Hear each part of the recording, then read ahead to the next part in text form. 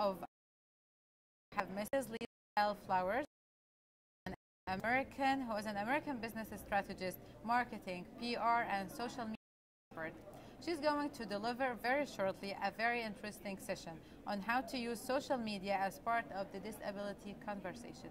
It's surely a very new and beneficial way in order to help people with disability to speak and to voice their needs and to have this conversation with other parties of the society. We're very glad to have you here. Let me start first by, you told me before the shooting that the workshop is really meaning that organizations, on how you train organizations in order to speak on behalf of people with disability. Can you please tell us more about this workshop, about what you're going to present and the main points of it? Sure. Thank you. First of all, thank you for having me here. We have certainly enjoyed our time here, and we're honored to be here and speak at this conference. Social media is a tool that people can use to not only find their voice, but use their voice for advocacy and for engagement and for influence. So organizations who are advocating on behalf of people with disabilities can use all the different social media platforms. I know Snapchat's really popular here. To advocate on behalf of their clients and people with disabilities, to also find organizations to partner with for additional funding and also new ideas and new projects. This is going to lead me to another question, which is how organizations, normal people, people with disability, use it for conversation. I mean, what is the mechanism, or what are you trying to influence those organizations to work for? So how people can use social media for conversations, for example, is Snapchat is very popular here. And so those are snippets of information that people can broadcast out, but they're temporary. And so what my workshop will do is explain to people how they can use other platforms such as LinkedIn, which is a career portal, and more of a business platform, Facebook, which is, of course, your neighborhood, Twitter, which is the world's watering hole, and as well as Instagram, which is a very visual. So my workshop will cover other platforms and how to use those as well. For organizations, you want to make sure that your conversation is across all of those platforms. It doesn't have to be at the same time. It can be at different times because your audiences are each using those different platforms. So don't limit yourself to just one platform as an organization or as an individual. Snapchat is the folks that know you, but it could also be the world that wants to know you. My next question for you is that you are talking about organizations and how organizations can speak on behalf of people with disability. What do we really mean by organizations here? Do we mean the public organizations, nonprofit organizations, business sector? Is there any specific target you are? Sure, so that's a great question. Actually, any organization can use it, because if you're not using social media, you're giving away your voice. In the United States, it's said that if you're not using social media as a business, you're telling your customers that you don't want to talk to them. So social media should be an integral part of all of the communication, whether that is Twitter, Snapchat, WhatsApp is another platform as well, Facebook and Twitter. Non-government organizations can certainly use it to advocate and engage people, not necessarily locally, but globally, to have that conversation and to lead that conversation. So if you have a message that you really want to get out about what your organization is doing, maybe you need some extra help, using those other platforms, including Snapchat, is a fantastic way to broadcast that to the world. As you may know, social media is the modern day word of mouth, but it's now also the modern day world of mouth. So it's a really great opportunity for the folks here in Saudi Arabia and across the world to find their voice, use it, and share it for influence and for growth. Mm-hmm.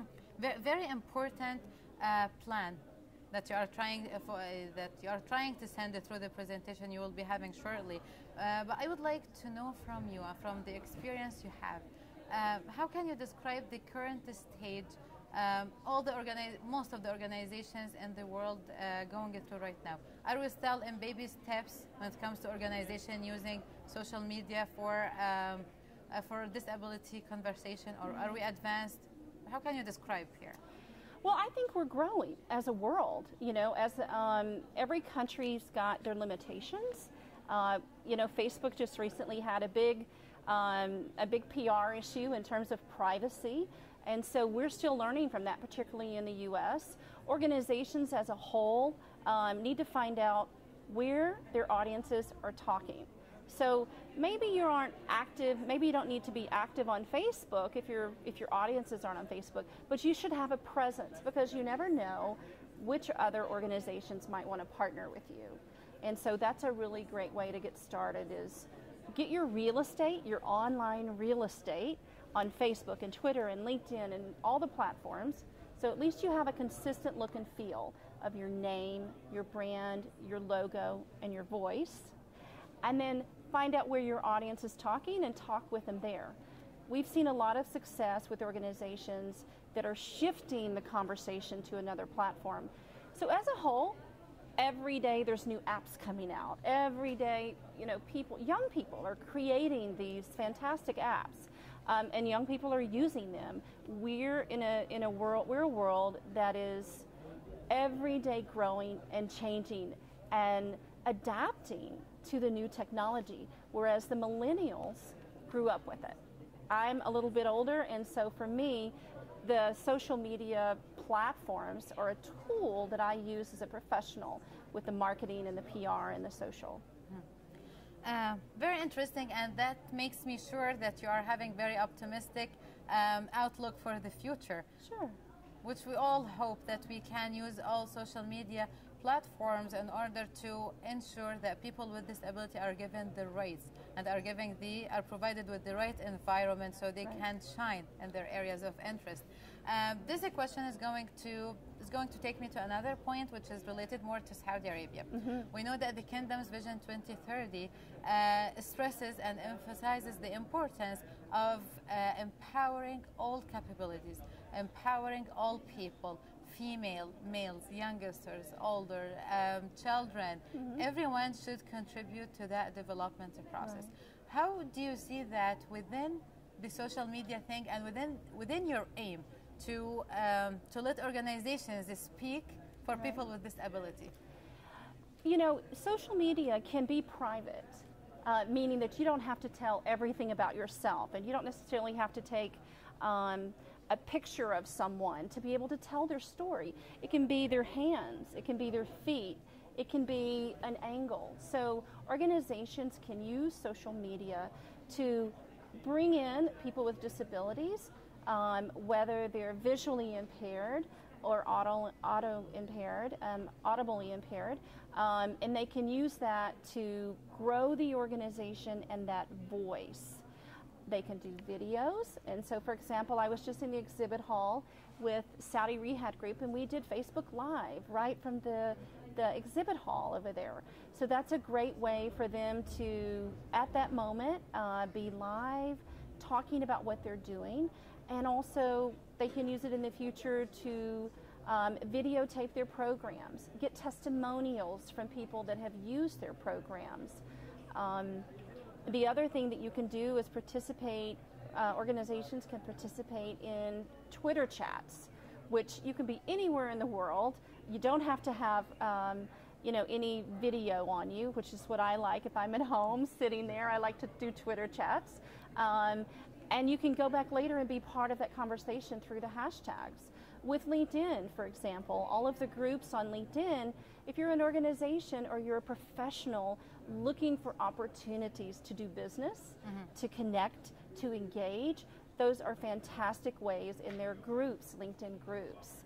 The other thing I tell organizations is, if you want to not only start the conversation, but lead the conversation, and professionals as well, when it comes to online, start your own Twitter chat. Start your own Facebook group. Start your own LinkedIn group.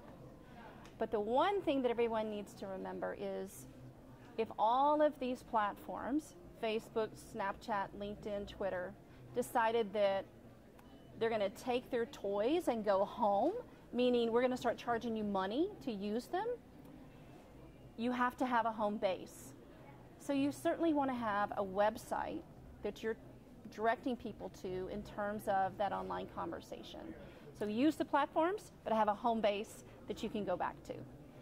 Very interesting presentation, and I'm sure all the audience is gonna like it because it's opening, it's providing this new angle about using social media, which we all use in a way that pours into the interest of people with disability, and in the way that makes sure they are integrating with the society. Organizations are speaking on behalf of them. So it's very beneficial for all parties. By this, we come to the very end of our interview. I would like to thank you very much. Definitely, that was Mrs. Lisa L. Flowers, who is an American business strategist, marketing, PR, and social media expert.